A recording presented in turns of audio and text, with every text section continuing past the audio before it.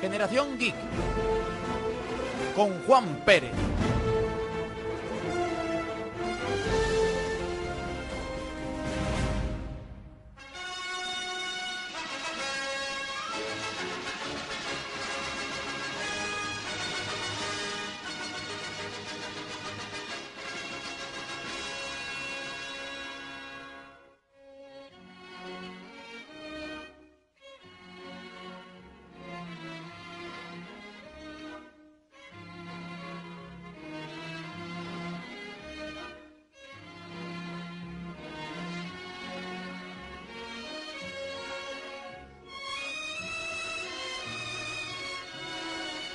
Y volvemos con el sonido del cine mudo, porque nos adentramos un poquito más en el cine, Carlos, y querías hacer un especial histórico en cuanto a películas que agotaron el cine mudo, ¿verdad? Bueno, sí, aprovechando, además que nos ha venido muy bien escuchar antes la banda sonora de Arte y aprovechando el exitazo que está teniendo en cartelera, pues hemos querido hacer un pequeño acercamiento a lo que fueron los orígenes del cine, que como cine mudo y cuáles fueron sus finales, ¿no? Entonces, antes que nada decir que, bueno, no va a ser exactamente un reportaje, va a ser una vista panorámica de lo que fueron estos años. Y empezaré diciendo que, aunque por convención hemos aceptado que los orígenes del cine fueron en 1895 con los hermanos Lumière, esto no fue exactamente así, porque esta gente hicieron la primera proyección en esta fecha, pero anteriormente había otros inventos que ya se acercaban al cinematógrafo, pero que por una especie de guerra de patentes pues no lograron imponerse al cinematógrafo. Podemos decir que las primeras películas que se publicaron se hicieron a finales del siglo XIX y no eran demasiado distintas a los documentales que tenemos hoy en día. Sin embargo, poco después llegaron figuras como Georges Méliès, que está considerado el padre de la ciencia ficción, y el cine sufrió un cambio radical, sobre todo por la incorporación de actores y de escenarios que hasta entonces no se habían incluido. Por destacar alguna película de este hombre, en el año 1902 publicó Viaje a la Luna, y en 1904 publicó otra que se llamaba Viaje a través de lo imposible. Cuando se incorporan los actores al cine, también se incorpora el diálogo, que hasta entonces no se había metido. Y como el sonido todavía no se había podido sincronizar a lo que es el celuloide, fue necesario ir introduciendo letreros para que el público pudiera saber lo que estaban hablando los actores normalmente. Bueno, pues poco después, o casi a la misma vez, las películas comenzaron a ambientarse con música, que en unas ocasiones era interpretada allí sobre la marcha, con piano, con órganos, etcétera, pero que en las ciudades que tenían más dinero y eso, se solía hacer con una orquesta y todo bien montada en la sala y demás, o sea que tenía bastante más... Depende de la ciudad y del poder económico de la sala, ¿no? Exacto. Disfrutaban de una banda sonora más o menos rica. Bueno, y haceros una idea, escuchar lo que estamos escuchando ahora mismo de fondo con un público y una película en blanco y negro saliendo letreritos, o sea, tiene que ser una magia estupenda.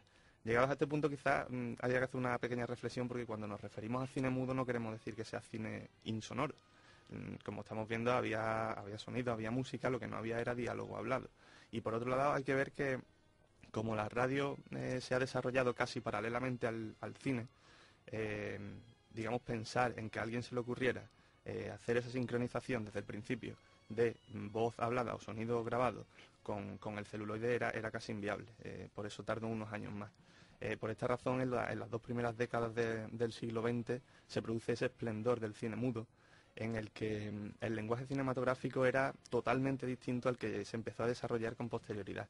Se trataba sobre todo de un lenguaje que estaba muy apoyado en la expresión de los actores, en los gestos, en los maquillajes, en los letreros, y algunos ejemplos, quizás los más destacables, los podemos encontrar en actores como Buster Keaton, como Harold Lloyd o como el fantástico Charles Chaplin, que son algunos de los principales actores que triunfaron en su carrera cinematográfica en estos años de cine mudo. De Keaton quizá podamos destacar la película El maquinista de la General. De Harold Lloyd destacaba sobre todo secuencias de persecución que hacía en las películas y que podemos ver en películas como El hombre mosca. Y bueno, de Charles Chaplin, toda la gama que sacó de Charlotte, de este particular vagabundo con bombín y bastoncito, pues nos pueden valer como ejemplo. Anda, que has dado tres nombres también que Hombre, es que a la cima del cine mudo. Tampoco me quería ir a gente poco conocida porque quizás no le sonara a los oyentes. Digamos que este esplendor que experimentó el cine mudo comienza a caer a partir del año 1927, sobre todo a partir de la llegada de una película que fue El cantante de jazz. y a lo largo de los años 30 fue todavía más en decadencia.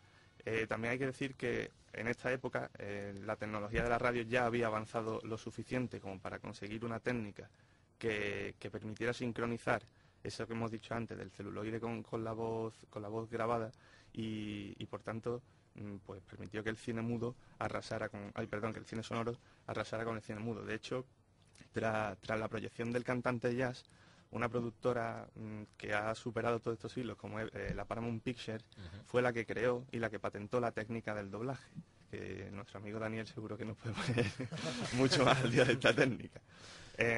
Bueno, ¿qué más decir? Pues el cine sonoro supuso el fin de la carrera de muchos de estos actores de cine mudo que creyeron que esto del sonoro sería una moda pasajera y que no apostaron por renovarse. Y algo parecido es lo que le pasa al protagonista de The Artist.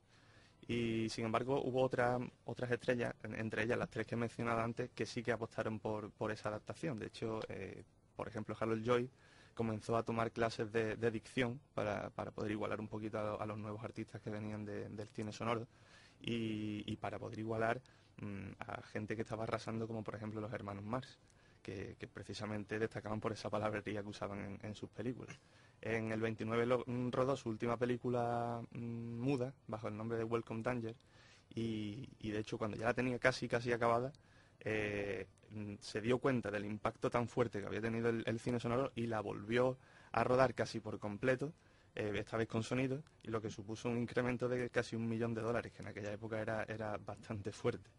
Después Buster Keaton lo pasó un poquito peor. Buster Keaton, un poco antes de que llegara el cine sonoro, vendió su equipo de producción a la Metro-Goldwyn-Mayer y pasó a formar parte del sistema de estudio, que era algo que él despreciaba. Desde entonces, bueno, cayó en alcoholismo, se pasó casi todos los años 30 digamos en la sombra, escribiendo guiones para producciones de Metro-Goldwyn-Mayer y para muchas películas de los hermanos Marx, pero a partir de los 50 hizo un pequeño papel de vieja gloria del cine, en la película El crepúsculo de los dioses, de Billy Wilder, y también Candilejas, una película de Chaplin, quiera que no, logró retomar un poco. Y bueno, Chaplin fue el que más se resistió a dejar el cine mudo. De hecho, su película Tiempos modernos es de 1936, que ya es una década en la que el cine sonoro está bastante implantado. Y bueno, se considera que es su última película de cine mudo, aunque ya hay una secuencia en la película que se escucha a Chaplin cantando. Pero bueno, se considera que es su última película de cine mudo. Y la primera que hace sonora fue El gran dictador en 1940, que fue una de las obras más prohibidas por ridiculizar el nazismo en el entorno de la Segunda Guerra Mundial y por posicionarse a favor de la libertad y la fraternidad. Y fijaos hasta qué punto llegó la censura de que en España no se estrenó hasta el año 1976. Y ahí pues... Hasta el 76. Hasta el 76, exacto. Fíjate la unión que lleva muchas veces la ideología y el cine de la mano.